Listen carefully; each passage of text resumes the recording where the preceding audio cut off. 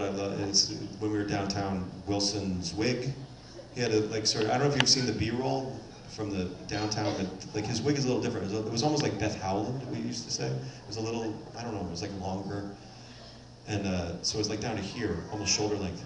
And Jesse and he were singing I'll Cover You, and we have these microphones like this, and they're singing, and at one point he turns away from Wilson, and Wilson's wig is hanging from his microphone.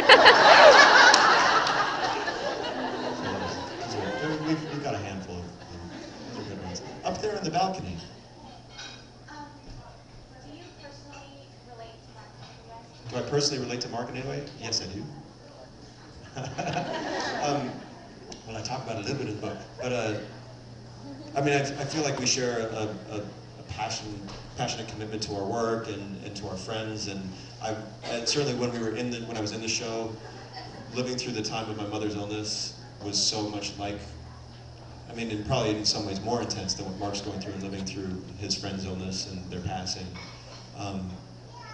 I think I have tended to feel most alive, most myself while I'm working, which is I think probably Mark it's probably one of his issues, you might say. So those are some of the ways. And we grew up in sort of. Well, he grew up more upper middle class or middle class than I did, but we both came from small towns into New York, sort of living more sort of traditional lives, coming into the city, and in some ways not the most out there bizarre member of our clan, but sort of the center of that, I guess. We share those kind of things. Yes. Do you have anything like upcoming shows or movies or anything at all? Do I have anything upcoming shows or movies?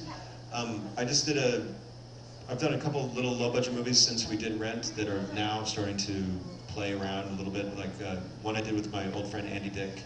We were just at South by Southwest Festival, and that was the world premiere of that film. And hopefully it'll be playing in other places because it's really funny and dark and sad.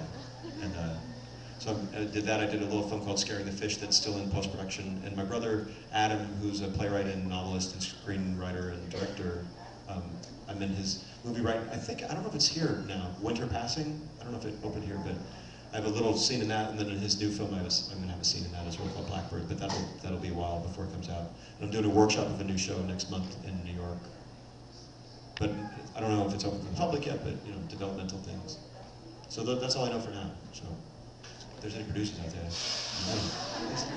yes, hello. You spoke about the original cast and everything, but in working in the new movie, how is it working with Rosario Dawson and inviting new members into the cast? How is it working with Rosario, yes, and Tracy? We were pretty accustomed to absorbing new people's energies over the years because we'd had understudies and replacements from pretty early on. So that part wasn't so strange. I mean, it was bittersweet that it couldn't be all 8 of us. Especially for me, Daphne and I are especially close because we did the workshop together first and then off Broadway. So it was sad. She was pregnant, about to have her baby when it all started. It would have been like, I suppose, like if she was truly Wonder Woman, there would be a way to figure it out. But thankfully, also Rosario and Tracy. Some people in their position might have been like kind of defensive or had a chip on their shoulder about it. They might have been like, well.